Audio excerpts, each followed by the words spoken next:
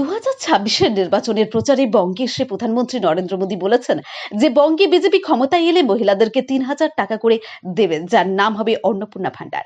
সেই প্রকল্পে যে সকল মহিলারা পাবে তাদের নতুন করে ফর্ম ফিল আপ করতে হবে।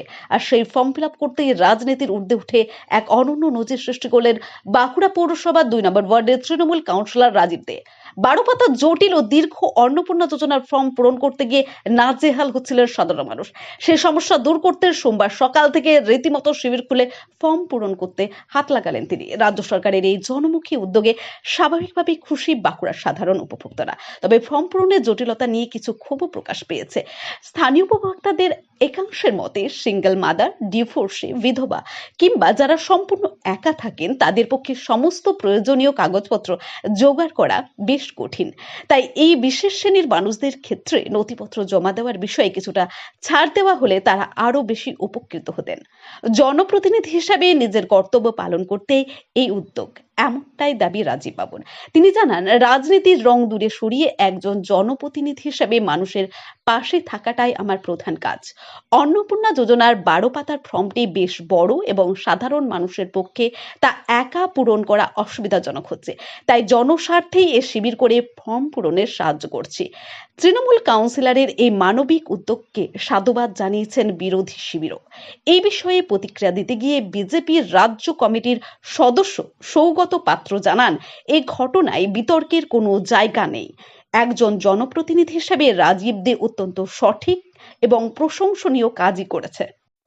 তৃণমূল কাউন্সিলর তো বলে দেওয়া হবে, আমরা জনপ্রতিনিধি, মানুষের এলাকার মানুষের সাহায্যে এলাকার মানুষ যাতে ফর্মটা ঠিকঠাক ফিল আপ করতে পারে, এটা আমাদের একটা নৈতিক দায়িত্ব এবং কর্তব্যের মধ্যে পড়ে।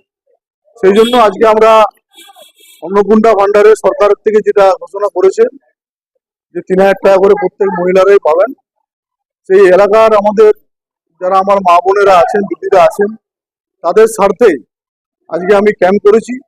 কারণ আপনারা জানেন দীর্ঘদিন ধরে আমি মানুষের পাশে থাকার জন্য যেটুকু করার আমি পাশে থাকার জন্য সেটি করি। তো এটা কোনো রাজনৈতিক রং নয়।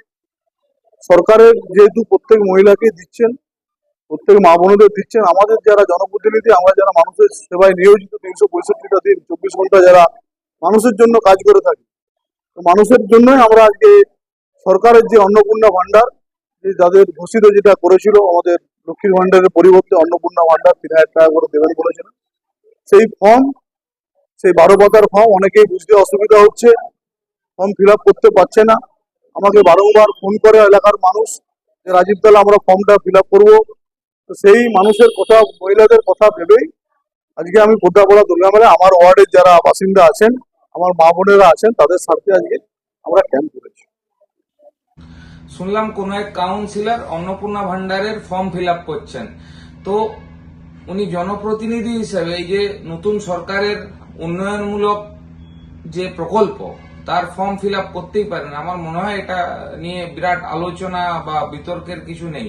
যতদিন উনি জনপ্রতিনিধি আছেন, যে দলেরই হোক, সমস্ত মানুষকে পরিষেবা দেওয়া ওনার কর্তব্য। তো নতুন সরকার এসেছে, তারা নতুন প্রকল্প নিয়ে এসেছে, সেই প্রকল্পের সুযোগ সুবিধা যাতে সাধারণ মানুষ পায় সেটার জন্য উনি তাদেরকে সহযোগিতা করছেন। এর মধ্যে বিতর্কের কিছু আছে বলে তো আমার মনে হয় না। ধন্যবাদ।